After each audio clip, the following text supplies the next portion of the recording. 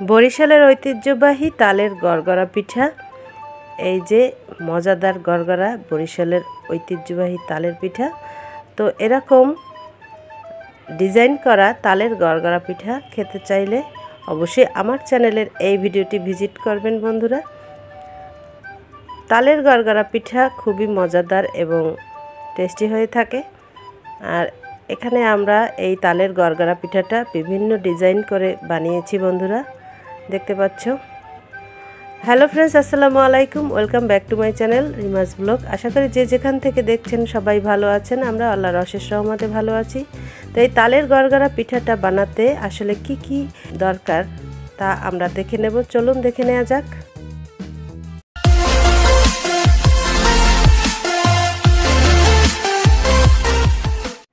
তালের গড়গড়া পিঠা বানাতে আমাদের প্রথম যে জিনিসটা লাগবে সেটা হচ্ছে চালের আটা বা চালের গুঁড়ি।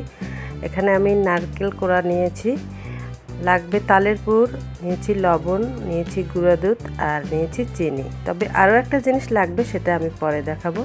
তো এখন আমি চুলায় একটি প্যান বসিয়ে দিয়েছি আর এর মধ্যে 1 কাপ পরিমাণে তালের পাল নিয়ে নিয়েছি, তালের রস নিয়েছি।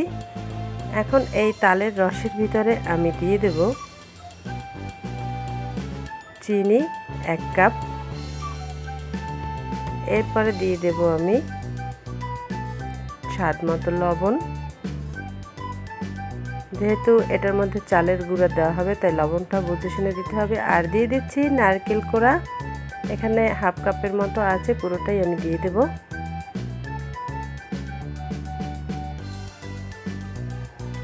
এখন সামান্য পরিমাণে একটু পানি দিয়ে দিচ্ছি তালটা জাল করে নেওয়ার জন্য। ভালোভাবে সব ইনগ্রিডিয়েন্টসগুলো আমি তালের সাথে মিশিয়ে নিচ্ছি। এবার দিয়ে দেব আমি গুঁড়া দুধ, এখানে 2 টেবিল চামচ গুঁড়া দুধ আছে, সেটা আমি দিয়ে দিচ্ছি। এখন একটু বলক তুলে নেব তালটায়। ভালোভাবে যখন বলক তুলে নেওয়া হবে তালটা একটু হালকা পাতলা হয়ে যাবে, যেহেতু এর ঘনত্বটা অনেক আছে।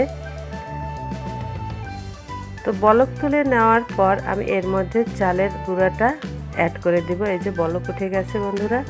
এখন দিয়ে দিচ্ছি আমি 2 কাপ পরিমাণে চালের গুঁড়া। প্রয়োজন হলে আমি আরও একটু চালের গুঁড়া এখানে দিয়ে দেব, সেটা আমি আগে মেখে দেখে নেই আসলে লাগবে কিনা। হ্যাঁ, আরও একটু চালের গুঁড়া আমি 1/2 কাপ পরিমাণে দিয়ে দিয়েছি। এখন এই চালের গুঁড়াটা তালের সাথে ভালোভাবে আমি সেদ্ধ করে নেব। আমরা যেভাবে চালের রুটি বানাই সেরকম আটাটাকে আমি কাইটাকে সেদ্ধ করে নিচ্ছি। আর এখানে চুলার আঁচটা কমিয়ে দিয়ে আমি একটা ঢাকনা দিয়ে ঢেকে দিয়েছি, এতে সিদ্ধ ভালো হবে আটাটা। এবারে চলে আসি সেই জিনিসটি নিয়ে যেটা আমরা আসলে ছাঁচ হিসেবে ব্যবহার করব। এখানে আমি একটি কলার খোল নিয়েছি, দেখতে পাচ্ছ বন্ধুরা, কলা গাছের খোল।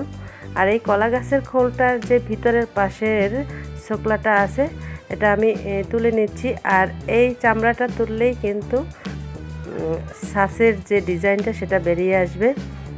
দেখতে পাচ্ছ বন্ধুরা, আমরা হাত দিয়ে কিন্তু এই কলার খোলটাকে উঠিয়ে নিচ্ছি। তোমরা অন্য আরও অনেক কিছু আছে সেটা দিয়েও এই পিঠা ডিজাইনটা তৈরি করতে পারো, ঝাঁপিতে বা ছিদ্রওয়ালা চালনিতে, সব কিছুতেই বানানো যায়। তবে এই কলার খোলের ডিজাইনটা কিন্তু খুবই ভালো আসে। আর এই কলার খোলটা আমি ভালোভাবে ধুয়ে নিয়েছি, দেখতে পাচ্ছ বন্ধুরা ডিজাইনটা।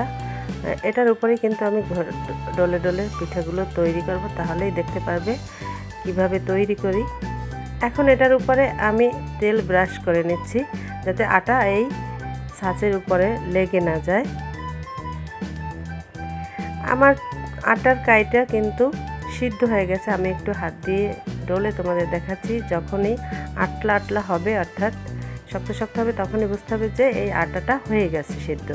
এখন যেহেতু গরম, আমি হাত দিয়ে চেপে চেপে মেজে নিচ্ছি, কারণ এই আটাটা গরম থাকতেই কিন্তু মেজে নিতে হবে। ঠান্ডা হলে শক্ত হয়ে যাবে, তখন মাঝে মানে পুরো আটাটা কিন্তু একটার সাথে একটা ভালোভাবে মসৃণভাবে মিশে যাবে না। এজন্য আমরা এই আটা কিন্তু সবসময় গরম থাকতেই মেখে নেই।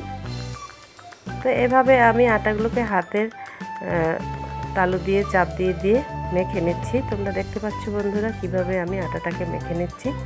আমার পুরো আটাটা মেখে নেওয়া শেষ। এখন আমার পিঠা বানানোর পালা। তো আমি এক টুকরা আটার কাই নিয়ে এভাবে হাত দিয়ে ডলে ডলে একটা লম্বা শেপ দিয়ে নিয়েছি। এখন এটা দিয়ে আমি হালকা ছোট ছোট করে লেচি কেটে নেব। দেখতে পাচ্ছ, তোমরা চাইলে এর থেকে ছোট লেচি কেটে নিতে পারো, তবে আমি একটু বড় বড় বানাবো পিঠাগুলো, তাই একটু বড় সাইজের লেচি কেটে নিয়েছি। এখন হাত দিয়ে ঘষে এটাকে লম্বা শেপ করে আমি নিয়েছি। আর এরকম কলার খোলের উপরে চাপ দিয়ে ঘষা দিলেই কিন্তু পিঠার ডিজাইনটা হয়ে যায়। বন্ধুরা, তোমরা দেখতে পাচ্ছ আমি হাত দিয়ে কিভাবে করতেছি। অনেকে এই পিঠাটাকে তালের চুষি পিঠাও বলে, তবে আমাদের বরিশাল অঞ্চলের মানুষেরা কিন্তু এটাকে তালের গড়গড়া পিঠা বলে। তো বন্ধুরা দেখতে পাচ্ছ এভাবে কিন্তু আমি সবগুলো পিঠে বানিয়ে নিচ্ছি। তবে অন্যভাবে তোমাদের একটু দেখাচ্ছি।